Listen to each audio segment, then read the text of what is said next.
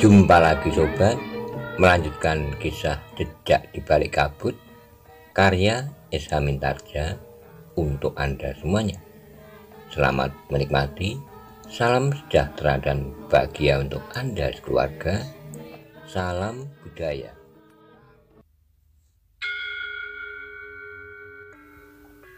Pada episode sebelumnya dikisahkan terjadi pertempuran sengit antara 4 orang yang mencari Pangeran Benowo melawan Wijang, Paksi, dan Ki Martobriwo. Sementara Wicitra, ayah dan ibunya tertegun menyaksikannya. Bagaimana kisah selanjutnya? Simak bersama-sama.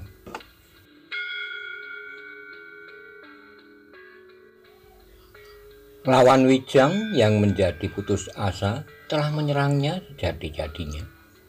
Namun ketika pisau belati Wijang bergerak menyilang, maka ujung pisau itu pun telah menggores dadanya. Cukup dalam, sehingga orang itu pun terhuyung-huyung beberapa langkah surut.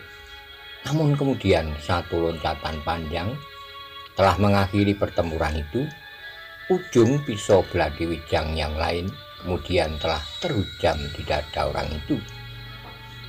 Sementara itu hampir bersamaan waktunya, Paksi pun telah menyelesaikan lawannya. Ketika lawannya berusaha menusuk lambungnya, Paksi sempat mengelak. Bahkan kemudian tongkatnya pun telah terayun tepat mengenai tengkuk lawannya yang kehilangan sasaran itu. Sejenak kemudian halaman itu menjadi sepi. Paksi berdiri dengan kaki renggang mengamati lawannya yang sudah tidak bernyawa. Sementara Wijang berdiri termangu-mangu, di sebelah yang lain 2 sosok tubuh terbaring diam. Di halaman rumah Wicitra terdapat 5 sosok mayat dengan luka-luka di tubuh mereka. Ki Martobriwo lah yang kemudian melangkah mendekati Wicitra sambil berkata, "Nah, sekarang kau baru percaya bahwa orang-orang itu sangat berbahaya bagimu." Wicitra mengangguk dalam-dalam sambil berkata, "Ya Ki Sanja, aku percaya.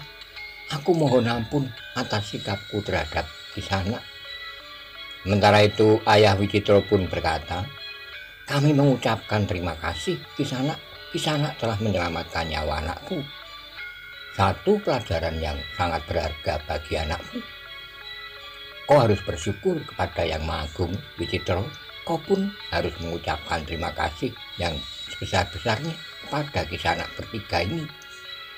Sekali lagi Wicitra mengangguk hormat dan berkata, "Aku mengucapkan terima kasih yang sebesar-besarnya Kisanak.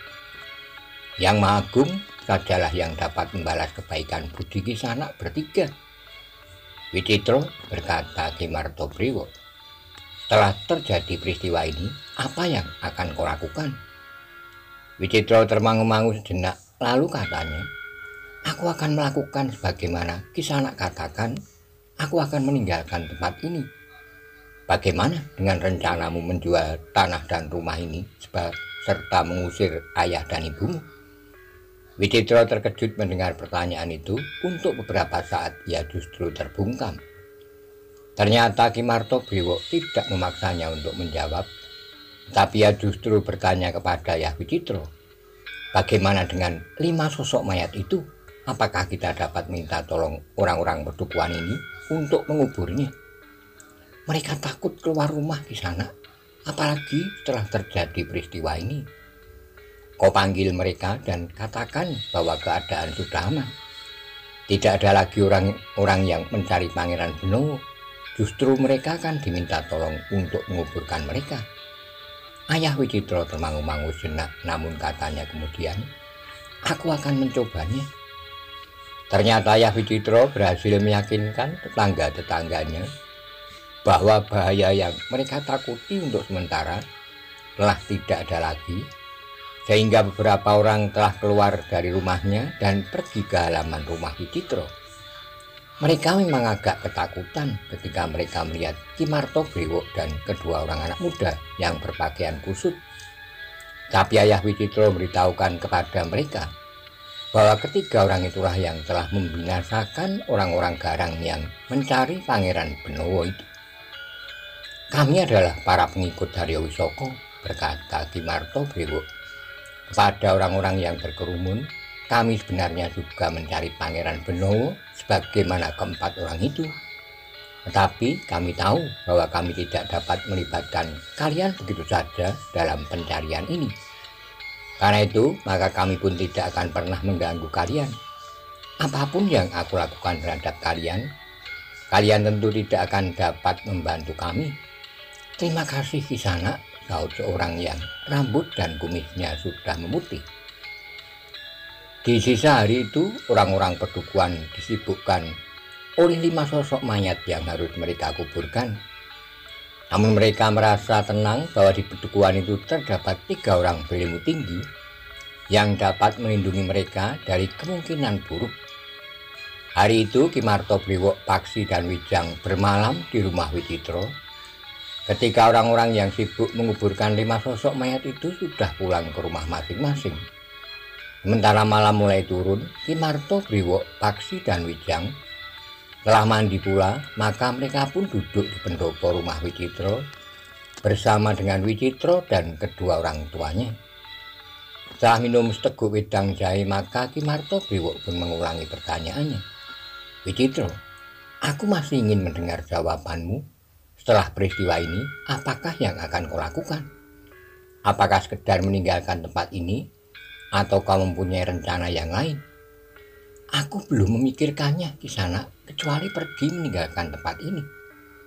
Dalam keadaan yang gawat, apakah kau sadari apa yang telah dilakukan oleh ayah dan ibumu, yang sedianya akan kau usir dari rumah ini? Wajah Wicitro menjadi tegang, dipandanginya Ki Martobrewo dengan tajamnya. Pertanyaan itu benar-benar telah mengguncang jantungnya. Ia berusaha mengingat apa yang akan dilakukan, menjual tanah dan rumah itu, mengusir ayah dan ibunya. Namun Wicitro pun kemudian sempat membayangkan apa yang telah dilakukan oleh ayah dan ibunya saat ia berada dalam keadaan yang paling gawat.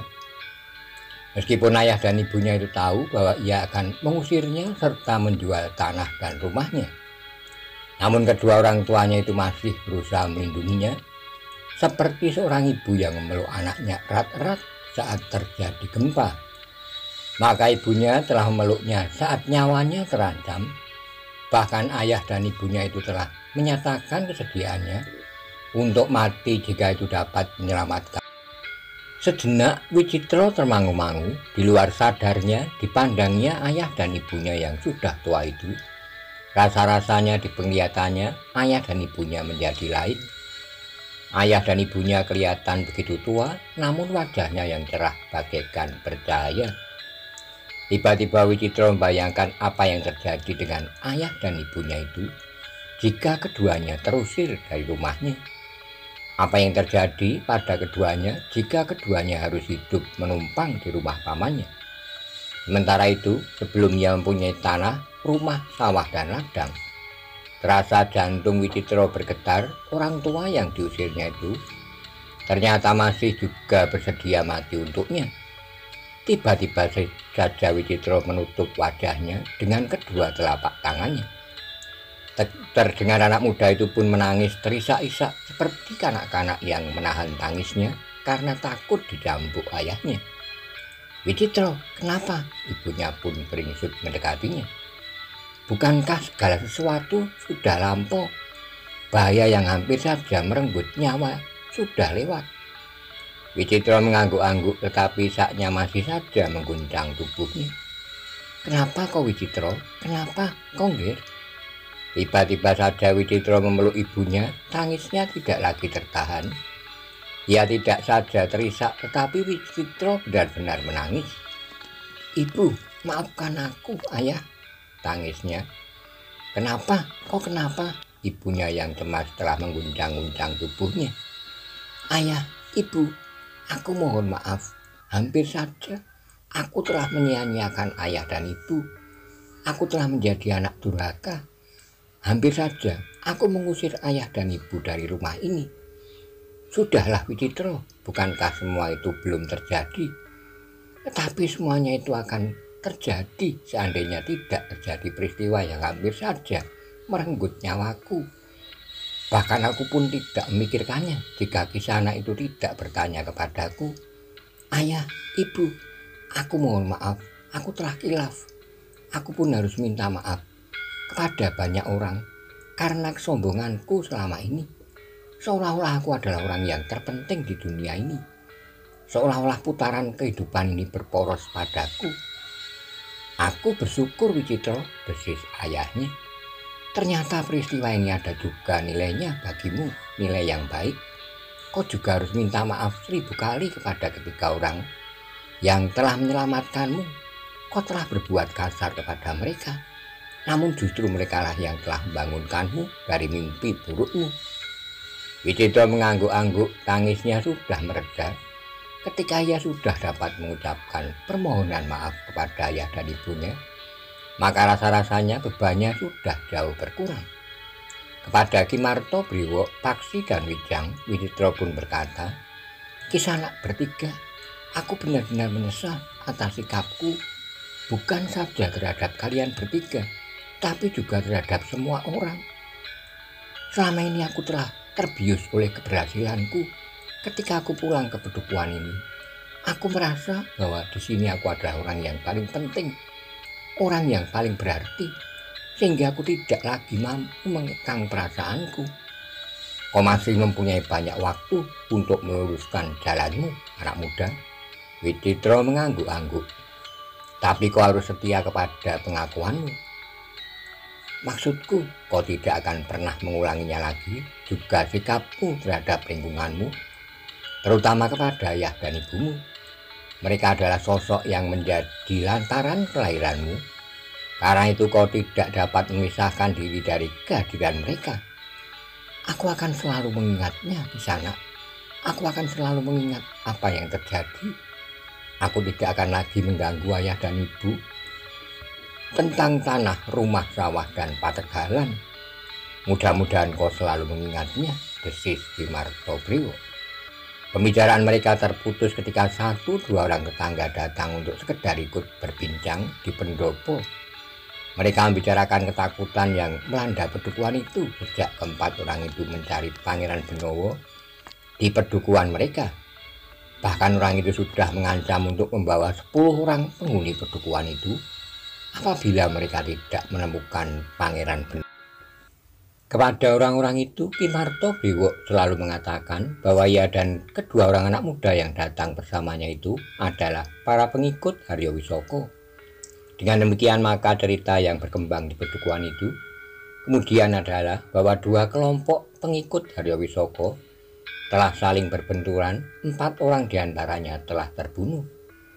Beberapa orang yang datang ke rumah orang tua Wicitra berbincang sampai lewat tengah malam. Ibu Wicitra menjadi sibuk menyediakan minuman dan bahkan makan menjelang tengah malam.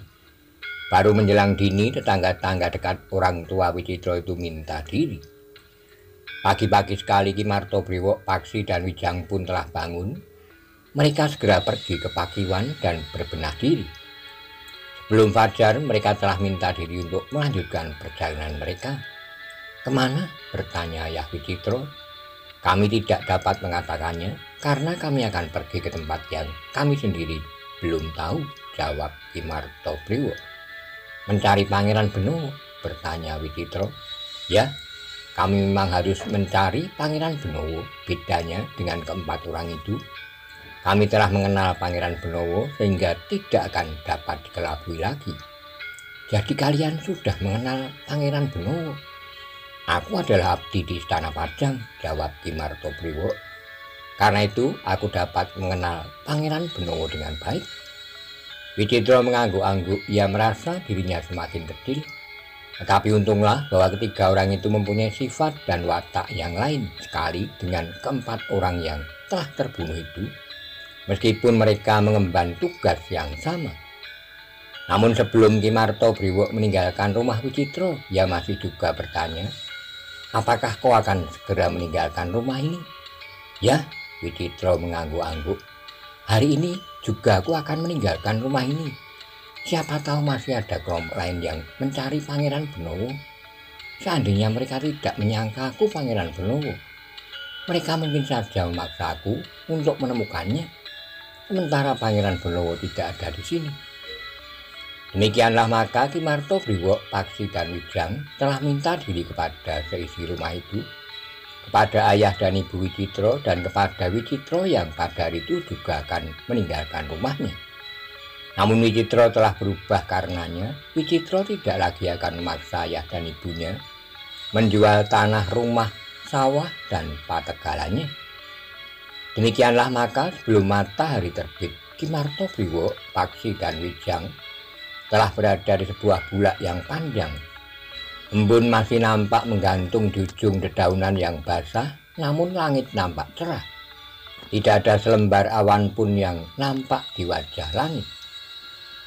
Dalam pada itu burung-burung liar pun telah terbangun pula di sarangnya. Kicaunya membuat pagi menjadi semakin semarak, sementara langit menjadi merah oleh cahaya matahari yang mulai menguak cakrawala.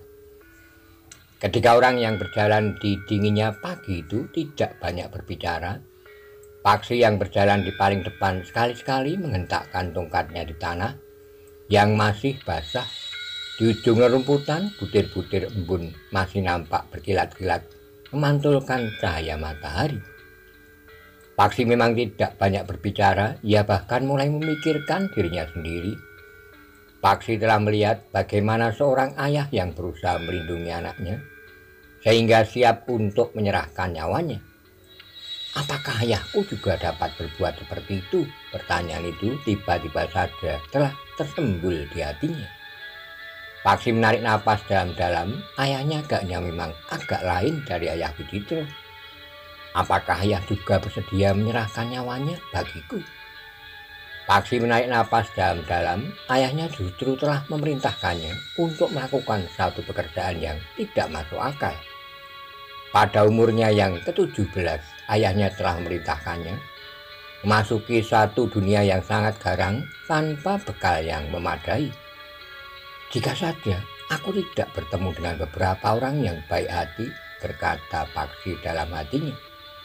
Seandainya aku tidak bertemu dengan guru, tidak bertemu dengan Pangeran Benowo sendiri, tetapi langsung bertemu dengan keempat orang yang mencari Pangeran Benowo dan diperlakukan seperti Wicitro, maka ayahku tidak akan berusaha melindungi aku bagaimana dilakukan oleh ayah Wicitro. Bahkan ayah tentu akan menganggap aku seorang yang sudah pantasnya mati, karena hidupku sama sekali tidak berarti bagi seorang ayah. Terngiang kata-kata yang menusuk hatinya bahwa ayah Paksi itu tidak mengendaki Paksi pulang tanpa membawa cincin yang dicarinya itu. Apakah ayah menganggap cincin itu lebih berharga dari anaknya? Pertanyaan itu timbul pula di hati Paksi. Namun Paksi sama sekali tidak tahu jawabnya. Justru karena itu aku harus pulang, berkata Paksi dalam hatinya. Ki Marto Briwo yang berjalan di belakang Paksi juga tidak banyak berbicara. Sementara itu Wijang berjalan di paling belakang. Diamatinya lingkungan yang hijau, sawah, pedukuhan-pedukuhan, namun juga hutan yang lebat di kaki gunung. Ketika Paksi berpaling, maka dilihatnya Ki Marto Briwo berjalan beberapa langkah di belakangnya. Baru beberapa langkah lagi Wijang berjalan sambil menebarkan pandangan matanya. Marilah mumpung masih pagi, ajak Paksi. Ki Marto Briwo mempercepat langkahnya, tapi Wijang menyaut. Kenapa tergesa-gesa? Paksi menarik napas dalam-dalam. Paksi yang kemudian berjalan di sebelah Ki Marto Briwo itu ternyata tidak dapat menahan desaan perasaannya. Bagi Ki Marto Briwo bukan saja kawan perjalanan, tapi adalah gurunya yang telah membentuknya menjadi seorang yang berilmu tinggi. Guru, berkata Paksi kemudian, aku menjadi sangat gelisah. Kenapa? Seakan-akan aku tidak sedang berjalan pulang. Apa yang kau pikirkan? Apakah ayahku juga bersedia berkorban seperti ayah Wicitro itu, Guru? Ki Marto Briwo menarik napas panjang, katanya kemudian, tentu Paksi, seorang ayah tentu akan selalu melindungi anak-anaknya, sebagaimana dilakukan oleh ayah Wicitro. Tentang berhasil atau tidak, itu tergantung pada keadaan dan kemampuan. Tapi naluri seorang ayah tentu akan berbuat yang terbaik bagi anaknya. Bagaimana pendapat guru tentang ayahku yang telah memerintahkan kepadaku untuk mencari cincin? Ki Martobriwo menarik napas dalam-dalam. Untuk beberapa saat ia justru terdiam. Didarkannya pandangan matanya berkeliling hutan, sawah, dan ujung gunung yang berselimut awan tipis. Namun Ki Martobriwo pun kemudian berkata, "Paksi, jangan risau. Bukankah kau pulang sambil membawa cincin yang dikendaki oleh ayahmu? Jika karena itu aku diterima baik oleh ayahku, maka bukan akulah yang diharapkan pulang, tetapi cincin itu. Seandainya ada orang lain yang datang membawa cincin itu, maka ayah tidak akan pernah bertanya di mana aku berada, apakah aku akan pulang atau tidak. Jangan berprasangka buruk seperti itu, Paksi."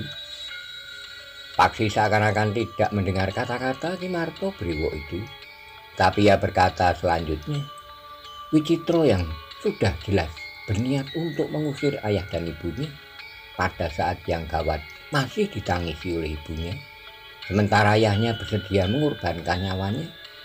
Tapi bagaimana dengan ayahku? Sudahlah, pulanglah, serahkan cincin itu kepada ayahmu. Setelah aku renungkan, agaknya tidak ada gunanya bagiku menyerahkan cincin itu kepada ayah.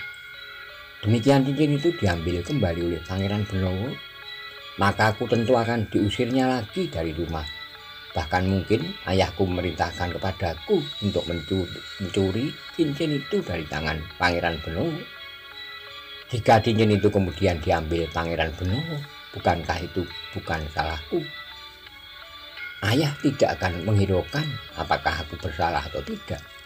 Sebagaimana ayah memerintahkan aku mencari cincin itu, maka ayah tentu akan menimpakan beban itu di pundakku." Ki Martobriwo menarik napas dalam-dalam, katanya, "Tetapi bagaimanapun juga, di saat kau datang, maka kau akan diterima sebagai seorang pahlawan." Paksi menarik napas panjang, katanya, "Apakah artinya seorang pahlawan jika itu hanya semu?" "Sudahlah Paksi," berkata Ki Martobriwo, "kau jangan terlalu berprasangka. Kau wajib mencobanya." Paksi tidak menjawab. Demikianlah maka mereka pun berjalan terus. Wijang masih berjalan beberapa langkah di belakangnya. Ia serba sedikit mendengar pembicaraan antara Ki Martobriwo dan Paksi. Benarnya lah Wijang juga merasa heran terhadap sikap ayah Paksi. Pada saat Paksi menginjak umur 17, ia harus meninggalkan rumahnya, memasuki satu dunia yang sama sekali asing baginya. Dunia yang keras dengan tegas yang sangat berbahaya tanpa bekal sama sekali. Ayah Paksi adalah seorang temenggung, desis Pangeran Benowo. Agaknya ia seorang yang memiliki pengetahuan dan pengalaman yang luas, tapi masih juga tumbuh di kepalanya untuk memperlakukan anaknya semena-mena. Tetapi desis itu hanya didengarnya sendiri, bahkan kemudian ia pun bergumam pula perlahan sekali. Pamrih dan ketamaan seorang ternyata sangat berpengaruh terhadap sikap seseorang. Jika yang terjadi pada Paksi, anak yang diperlakukan semena-mena, baliknya yang terjadi pada Wicitro, anaknya lah yang memperlakukan orang tuanya semena-mena. Namun Wijang pun kemudian bertanya kepada diri sendiri, "Bagaimana dengan ayahku?" Wijang menarik napas panjang, katanya kepada diri sendiri, "Tetapi ayahku adalah seorang raja."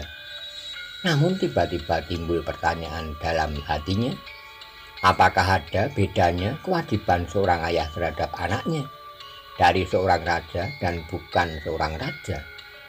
Wijang termangu-mangu, tetapi kakinya melangkah terus, namun telinganya seakan-akan mendengar jawaban. Tentu berbeda anak muda, bukan saja terhadap anaknya, tapi juga terhadap istri-istrinya. Dengan bertumpu pada wewenang dengan kekuasaan seorang raja, dapat berbuat lain dari orang kebanyakan. Hampir di luar sadarnya, Wijang bergumam, tapi hakikat seorang ayah dan kepala keluarga. Wijang terkejut sendiri, tapi untunglah bahwa agaknya Paksi dan Ki Martobriwo tidak menghiraukannya. Demikianlah bertiga mereka berjalan terus. Paksi masih berjalan di samping Ki Martopriwo, Wijang masih berjalan di belakang. Perjalanan ke Pajang memang sebuah perjalanan yang panjang. Karena itu maka mereka harus bermalam di perjalanan. Tetapi ketiga orang itu sudah bersepakat untuk menghindari persoalan-persoalan yang timbul di perjalanan, sehingga menghambat dan bahkan memperpanjang waktu perjalanan mereka. Mereka ingin segera sampai di Pajang, meskipun Paksi menjadi sangat berdebar-debar. Tetapi ia pun ingin segera tahu apa yang akan terjadi di rumahnya sendiri. Tapi kesediaan Wijang menyerahkan cincinnya justru membuatnya semakin gelisah. Paksi pernah melihat Wijang menyerahkan cincin itu kepada seorang yang ingin merampasnya. Tapi orang itu harus menyerahkan kembali cincin itu bahkan bersama nyawanya. Paksi menarik napas dalam-dalam. Ia mencoba mengerti kenapa hal itu dilakukan oleh Wijang. Karena menurut pendapatnya, Wijang bukan seorang pembunuh. Jika orang itu dibiarkan hidup, maka Pangeran Benowo tidak akan mempunyai tempat untuk bergerak sama sekali, berkata Paksi dalam hatinya. Ketika kemudian malam datang, mereka tidak bermalam di sebuah banjar pedukuhan, agar mereka tidak tersentuh persoalan-persoalan yang dapat menghambat perjalanan mereka. Benarnya lah dengan menginap di tempat terbuka, maka mereka memang tidak disentuh oleh persoalan-persoalan apapun. Di hari berikutnya, ketiga orang itu pun meneruskan perjalanan mereka dengan ketika mereka merasa haus dan lapar, maka mereka pun singgah di kedai-kedai kecil yang tidak banyak disinggahi orang. Namun dalam pada itu semakin dekat mereka dengan Pajang, jantung Paksi menjadi semakin berdebar-debar. Seperti yang dikatakannya, rasa-rasanya ia sedang tidak mendekati rumahnya yang dihuni oleh ayah, ibu, dan saudara-saudaranya. Namun ketika Ki Martopriwo selalu membesarkan hatinya dengan nada dalam ia berkata, "Keluargamu sedang menunggumu, Paksi." Paksi menarik napas dalam-dalam, sementara Wijang pun berkata, "Kau akan pulang sambil membawa cincin yang dicari oleh ayahmu itu, Paksi. Karena itu jangan cemas bahwa kedatanganmu akan mendapat sambutan buruk dari ayahmu." Paksi mengangguk-angguk kecil, tetapi sebenarnya lah bahwa ia tidak dapat menyingkirkan debar jantungnya, bahkan semakin dekat dengan pintu gerbang kota. Debar itu menjadi semakin keras, namun Paksi pun kemudian menetapkan niatnya. Ia harus pulang, ibunya sudah menunggu terlalu lama, lebih dari setahun ia mengembara. Tapi seperti yang sudah direncanakan, Paksi akan mengetuk pintu rumahnya setelah malam menjadi larut. Jika ia menyerahkan cincin itu, ayahnya tidak mempunyai kesempatan untuk memindahkan cincin itu ke tangan orang lain, tidak-tidaknya untuk malam itu. Namun sebelum Paksi sampai di rumahnya, maka ia harus memberikan kesempatan kepada Wijang untuk sampai ke istana dan mempersiapkan dirinya sebagai Pangeran Benowo yang kemudian akan datang ke rumah Paksi untuk mengambil cincin itu. Jika ayah berkeberatan, maka nyawa ayah akan dipungutnya pula, berkata Paksi dalam hatinya. Tapi Paksi masih berpengharapan bahwa Wijang tidak memperlakukan ayahnya dengan cara yang garang itu, justru karena Wijang mengenalnya dengan baik. Karena itu, maka Paksi pun tidak berpaling lagi, ia harus segera pulang. Ketika malam turun, maka mereka pun telah memasuki gerbang kota. Wijanglah yang kemudian mendahului Paksi langsung menuju ke istana, setelah menyerahkan cincin itu kepada Paksi. Bersama Ki Martopriwo, Paksi kemudian duduk di pinggir alun-alun yang sepi. Mereka membayangkan Wijang itu memasuki regol butulan dan mengejutkan para abdi di istana. "Jangan cemaskan pangeran itu," berkata Ki Martopriwo. "Apakah Pangeran Benowo tidak akan dipanggil oleh ayahandanya untuk mempertanggungjawabkan perbuatannya? Tentu tidak malam ini. Sultan Hadiwijaya kini menjadi sangat lamban. Segala-galanya kini menjadi lambat dan bahkan kadang-kadang beberapa masalah dilupakan begitu saja. Tapi apakah Kanjeng Sultan itu tidak akan langsung menanggapi kedatangan Pangeran Benowo yang sudah sekian lama pergi meninggalkan istana? Apalagi jika sudah diketahui bahwa Pangeran Benowo itu membawa cincin kerajaan. Kanjeng Sultan tidak akan beringsut dari pembaringannya. Paksi menarik napas panjang, tetapi ia tidak bertanya.